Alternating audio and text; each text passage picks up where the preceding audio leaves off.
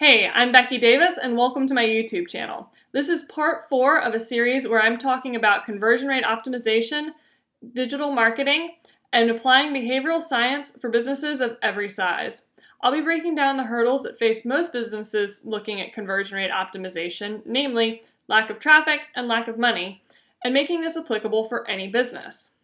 In my last video, we talked about a framework for optimizing body copy.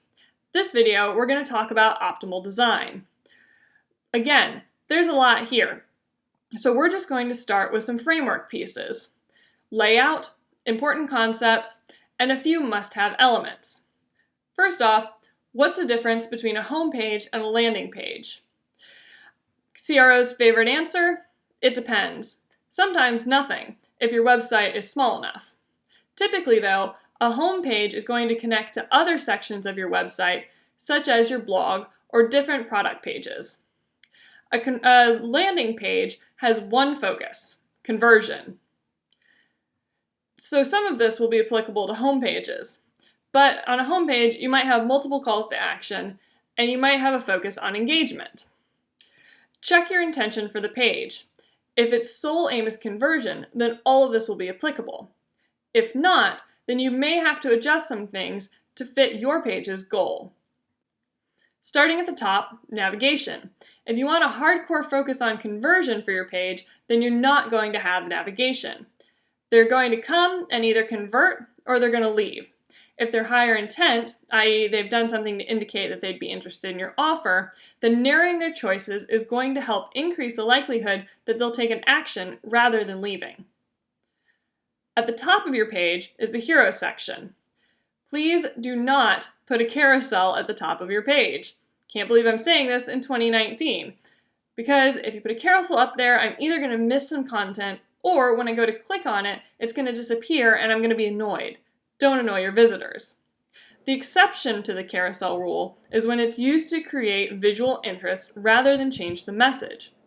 I've seen this trend popping up recently and I really like it. Unbounce does a fantastic job with it. Choose an image that, in some way, connects to your product. Ideally, people using your product. People like seeing people, which is why you get so many uncreative stock photos of people smiling up there when a company doesn't think they can do better. But you can do better, right?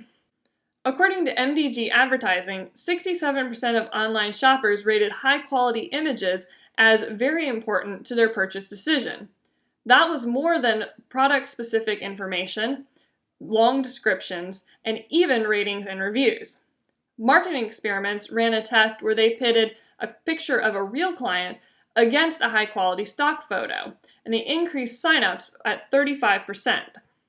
People really do know the difference, and they are going to respond differently to a stock image than to custom images. If you simply must use a stock image, have a designer customize it for you. Do something unique and creative. After all, this is the first time people are going to be interacting with your product or service. Do you really want to flash generic at them? No, you want personality and punch. Love it or hate it, it's hard to argue that Bird Dog's shorts doesn't have memorable personality. I would never buy their product, and the personality doesn't really appeal to me. But normally, I can't remember brand names for the life of me. I remember Bird Dogs, though, after seeing maybe 2 of their ads. With the headline we talked about in video 3, and this hero setup, your visitors should have a great idea of where they are, what they can do or get, and why they should do it. Now's a good time to establish some credibility. Testimonials, number of customers, press, years in business, something that tells people why they should listen to you. As I mentioned in the last video, this is not strictly necessary, but it sure does help.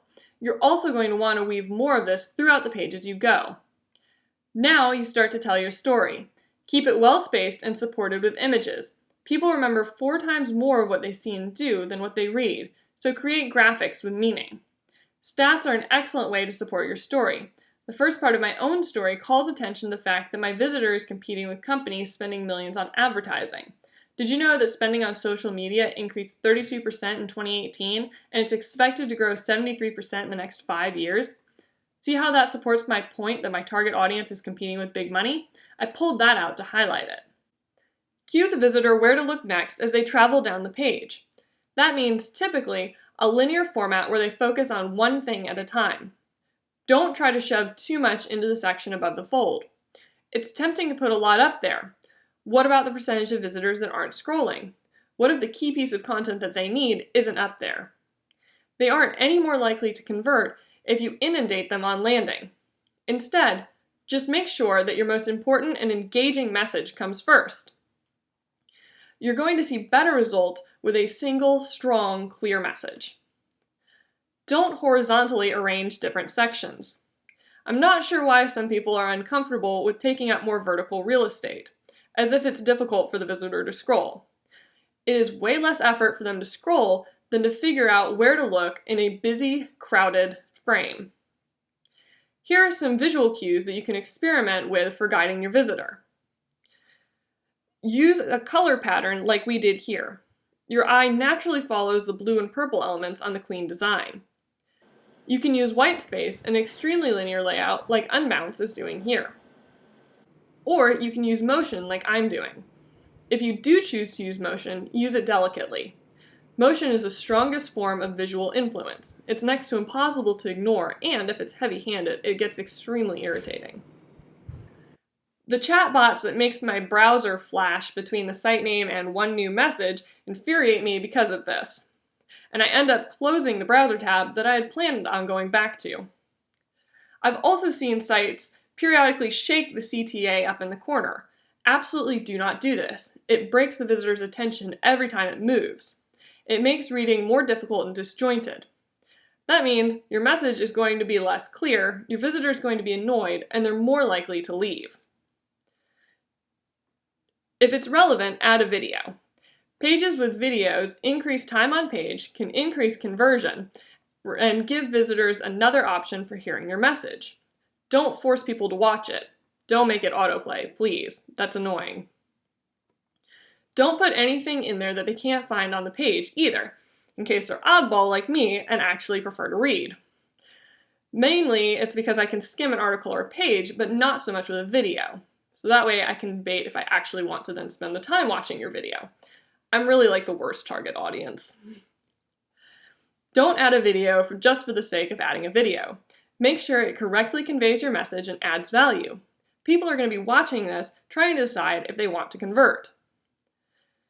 I mentioned these in the last video, but they're worth repeating. Put your call to action throughout the page. And it should be the same call to action even if it's worded differently. You'll get a higher conversion rate if you present the visitor with a single conversion option. Then end the page with a strong call to action. Ask for the conversion. I was looking at a page recently that started with the call to action, get started, which was fine. But then it ended with find out more, and that took me to the help page, which was basically like an invitation to meander instead of convert. One last item. I got an email this morning with the CTA for me to sign up to get a call. I was interested, so I clicked through. The landing page told me to enter my phone number for text updates. What? Make sure your message matches throughout the flow. If your marketing tells me, click here to do something, you better make sure that the landing page reassures me that I can do the thing there. Otherwise, I'm confused, I'm disconcerted, and I'm very likely leaving. That's it for now on designing high-converting landing pages. Up next, super fun, super sexy, cold emails. Yeah, you know you need those. So, click through to go to the next video and subscribe for more content on conversion rate optimization and digital marketing.